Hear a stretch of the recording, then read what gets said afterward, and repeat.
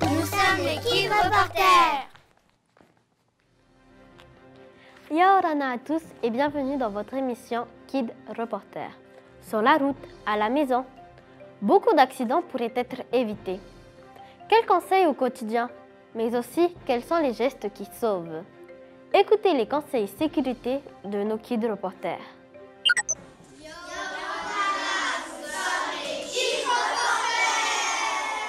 Aujourd'hui, nous allons parler de la sécurité routière. Pour cela, Nahema de la prévention routière est avec nous. Bonjour. Il y a eu beaucoup trop de morts sur la route. En 2018, il y a eu 36 morts et 166 blessés. C'est beaucoup. Mais pourquoi autant d'accidents? Alors, je pense qu'on fait beaucoup trop d'accidents parce qu'on ne change pas notre comportement, on ne change pas notre mentalité et on ne respecte pas assez le code de la route. Le code de la route, ce sont toutes les règles et panneaux à respecter quand on conduit, qu'on soit en voiture ou en deux roues. C'est d'ailleurs le premier examen à passer pour avoir son permis de conduire. Oui, on fait attention. La route ne nous appartient pas. Quelles sont les causes des accidents de la route, les facteurs? C'est surtout l'alcool et la drogue, la vitesse, ainsi que la fatigue et l'inattention. Et c'est en deux roues qu'il y a le plus d'accidents. Quelques conseils à retenir. Avant de prendre mon vélo, je dois toujours vérifier mes freins, mes roues, mes lumières et porter un casque. Le vélo doit toujours circuler dans le même sens que les voitures. Il faut toujours respecter le code de la route. Il faut toujours attacher sa ceinture de sécurité. Le casque en deux roues et la ceinture en voiture nous attachent à la vie. Mais si nous sommes témoins d'un accident, que faut-il faire? Pour en savoir plus, nous avons pris rendez-vous avec Jean-Ernest à la protection civile de Papeete. Bonjour. Bienvenue les enfants. Bonjour, nous sommes les Kids Reporters. Bonjour les Kids Reporters. Nous voulons savoir les gestes qui sauvent. D'accord. Allez les enfants, on y va? Allez, c'est parti. Quand on est témoin d'un accident, quels sont les premiers gestes qu'il faut faire? C'est de contacter les secours. 4 numéros sont à connaître. Le 15 permet d'appeler le SAMU pour un problème de santé urgent. Le 18, les sapeurs-pompiers, pour les incendies et les secours d'urgence. Le 17, la police et la gendarmerie pour la sécurité et le maintien de l'ordre. Le 16, pour les sauvetages en mer. Et si vous êtes en Europe, ce sera le 112. Aux États-Unis, le 911. Il faut leur donner le maximum d'informations. Son identité, son numéro de téléphone, le lieu de l'accident et l'état de la victime. Attention, il ne faut pas raccrocher avant que notre interlocuteur ne nous le dise. Et après qu'on a appelé, qu'est-ce qu'il faut faire? On va effectuer ce qu'on appelle des jets d'attente en attendant les secours. À appliquer en fonction de l'état de la victime, si elle est consciente ou inconsciente. Là, on s'est mis un accident. Carla, c'est la victime et Anouk, la secouriste. Donc, qu'est-ce qu'on fait, Jean-Ernest? On va éviter justement l'aggravation. Nous, qu'elle est consciente, c'est-à-dire qu'elle réagit et elle respire. Donc, on va maintenir la tête dans cette position, donc en position latérale, pour éviter d'autres lésions. Et si la victime saigne? On va prendre un sac plastique et on va compresser à l'endroit où ça saigne en attendant les secours. Et s'il n'est pas conscient, qu'est-ce qu'on fait? On va ce qu'on appelle évaluer la conscience et on va lui poser des questions. Nolan, si tu m'entends, serre-moi la main. On va lui poser une deuxième question. Tu peux ouvrir les yeux. Qui ne réagit pas. On va évaluer la respiration. On va mettre la main au niveau du front et mettre 3 doigts sur le menton. Et on va pousser prudemment en arrière jusqu'au bout du nez, soit au plafond. Donc après, on va ouvrir la bouche. On va voir s'il y a des choses coincées à l'intérieur. Apparemment, non. On va tendre l'oreille et voir si elle respire en regardant les mouvements du ventre pendant 10 secondes. Et apparemment, là, elle respire. Donc actuellement, Nolan, donc il est inconscient, il respire. On va le mettre en position de sécurité. C'est ce qu'on appelle la PLS. Elle permet de mettre la victime dans une position stable, sans gêner sa respiration. En premier, on va mettre les 2 chaussures collées. Ensuite, on va mettre le bras droit à 90 degrés.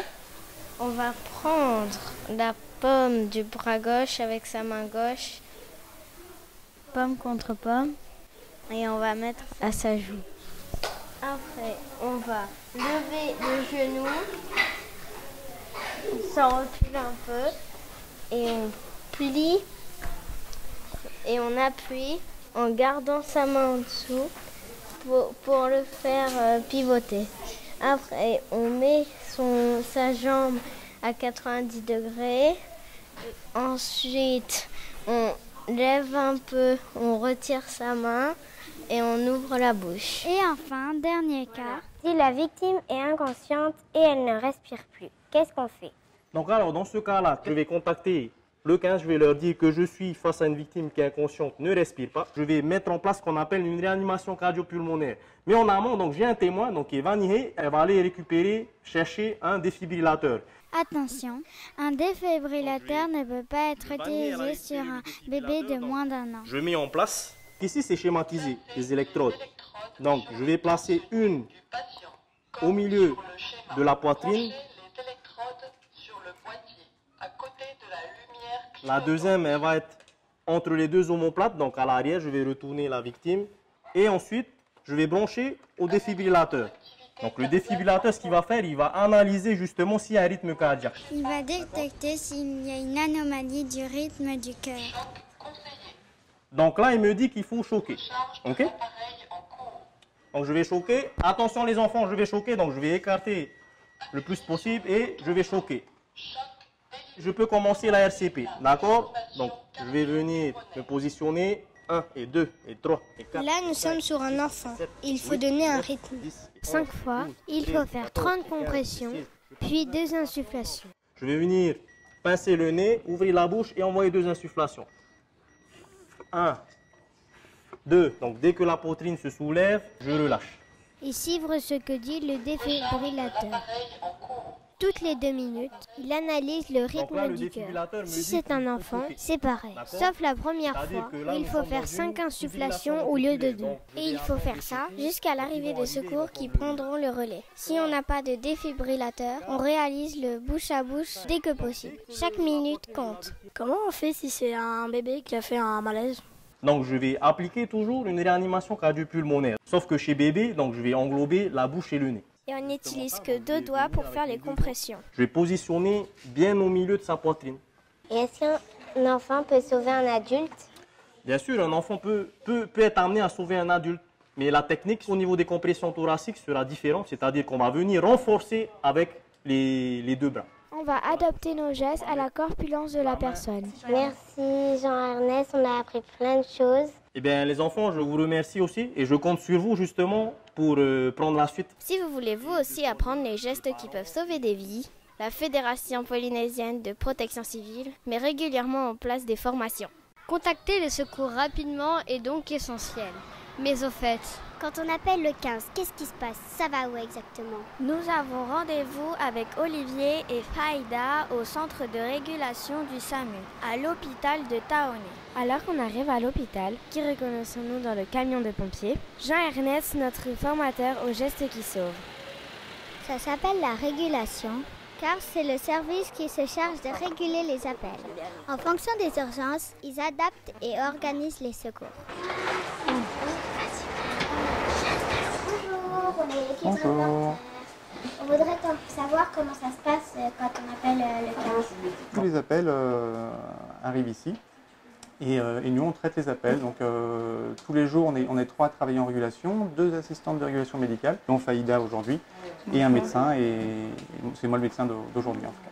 Comment ça se passe la nuit? La nuit c'est comme la journée, le service ferme pas, c'est 24 heures sur 24 et on répond aux appels jour et nuit. Vous tournez parfois les groupes, Oui, alors on travaille en 12 heures, donc de 8h à 20h et de 20h à 8h. Et à 20h, il y a une relève où les équipes changent. On peut le voir, ce fameux téléphone? Oui, bien sûr. Alors, le fameux téléphone qui reçoit les appels au 15, c'est celui-là. Et si vous avez plusieurs téléphones, plusieurs appels, comment vous... Donc, le premier appel arrive sur ce téléphone. Ensuite, s'il y a un deuxième appel en même temps, il arrive sur le téléphone de ma collègue en face. S'il y a un troisième appel, il arrive sur celui du médecin à côté. Et s'il y a un autre appel, il arrive sur l'autre téléphone derrière. C'est les mêmes téléphones. On peut recevoir 5 appels à la fois. Quand il y a une coupure de courant, comment vous faites? Alors, quand il y a une coupure de courant, que ça soit sur toute l'été comme dernièrement, nous avons ce qu'on appelle un grand groupe électrogène qui prend la relève automatiquement. Donc, Olivier, La régulation est un vrai travail d'équipe. Haïda transmet à Olivier une urgence. Ouais. Allô? Oui, c'est Olivier. Dis-moi alors, je t'écoute. C'est une femme qui est en train d'accoucher. Elle n'a pas rompu, hein? Ça va, t'es là dans combien de temps? Ok, ça roule. Écoute, on prévient le bloc. Si c'est quoi que ce soit entre temps, tu me rappelles? Elle est d'où la dame? Alors, la dame, là, c'est un appel des pompiers de Phare qui ont pris en charge une dame pour une grossesse. C'est son premier bébé qui commence à contracter à la maison. Donc les pompiers vont la ramener à l'hôpital pour qu'elle soit examinée par une sage-femme et voir si elle va accoucher ou pas. Oui, finalement, les contractions se rapprochent, elle a des envies de pousser. Je pense qu'elle devrait accoucher dans pas longtemps. Les pompiers partent en premier. Ok, tu me Mais tiens au lorsque courant? la situation devient Merci à plus toi. urgente, une ambulance du SAMU est envoyée sur place. là, on vient de biper le SMUR. Quand le téléphone nous dit opération effectuée, c'est que tous les téléphones, celui de l'infirmier, du médecin et du chauffeur, sont en train de sonner. Très bien, ok. Eh bien écoute, entendu, on va partir. En quelques secondes, l'équipe est opérationnelle. Du côté du centre de régulation, les appels continuent. Et ils peuvent venir de toute la Polynésie. Donc là, on a un appel d'un médecin sur l'île de Wapo, qui se situe aux Marquises, qui est juste là, vous pouvez voir sur la carte. Et là, c'est une dame qui a une maladie qu'il va falloir qu'on ramène sur Tahiti aujourd'hui dans la journée. Donc du coup, pour l'instant, cette dame va prendre un bateau pour aller jusqu'au Nukuiva, où nous, on va les récupérer probablement en avion tout à l'heure. Les évasan, évacuations sanitaires, peuvent se faire par avion, bateau ou encore hélicoptère. Tout dépend du lieu et de l'urgence à traiter. Combien y a-t-il d'appels par jour? En moyenne, on a 200 appels par jour. Mais heureusement, seulement quelques départs de SMUR. Là, nous sommes devant un SMUR, mais qu'est-ce que c'est un SMUR? Alors un SMUR, c'est une ambulance. Donc l'abréviation du SMUR, c'est le service mobile d'urgence et de réanimation. Donc là où vous êtes allé à la régulation, c'est le centre SAMU. C'est le service d'aide médicale d'urgence, où il y a un médecin régulateur. Et quand le médecin régulateur estime que la situation est trop grave, eh ben, il nous envoie, nous, pour aller chez les gens et les soigner, ou en tout cas les récupérer pour les amener à l'hôpital. Est-ce qu'on peut le visiter? Oui, bien sûr, je vais vous faire visiter le camion. Venez voir, on va passer derrière. En fonction de l'intervention, vous n'êtes pas le même nombre. Combien êtes-vous? Alors initialement on est 3, on est un ambulancier, un médecin et un infirmier. Mais sur certaines situations on peut avoir du personnel supplémentaire, je pense notamment aux accouchements, aux mamans qui vont accoucher. On peut embarquer une sage-femme avec nous qui va nous aider pour faire un accouchement qui pourrait se dérouler dans le camion, ça peut arriver. Ici, c'est le brancard où on met les patients. Ça, c'est le défibrillateur. C'est pour regarder comment le cœur du patient va. Et là, on voit mon cœur qui va. Il bat 93 fois par minute.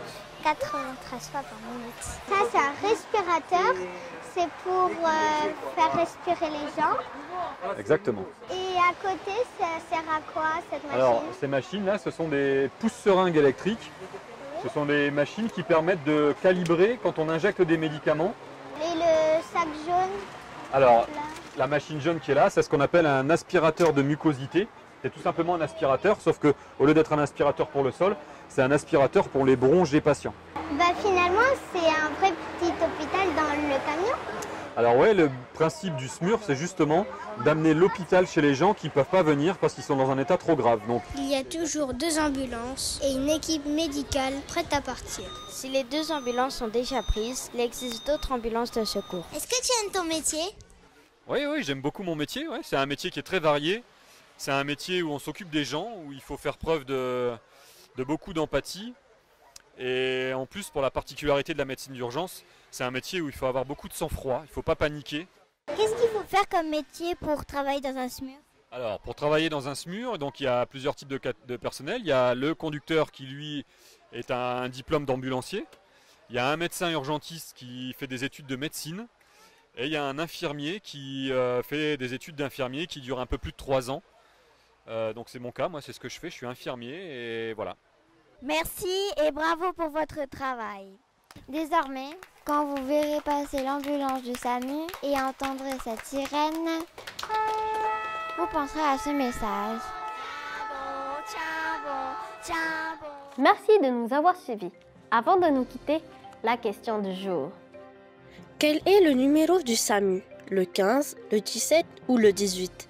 15, 17 ou 18? Si vous n'avez pas la réponse, revisionnez le reportage en replay sur polynésie.lapremière.fr. Suivez-nous aussi, les Kids Reporters, sur Facebook, YouTube et Instagram.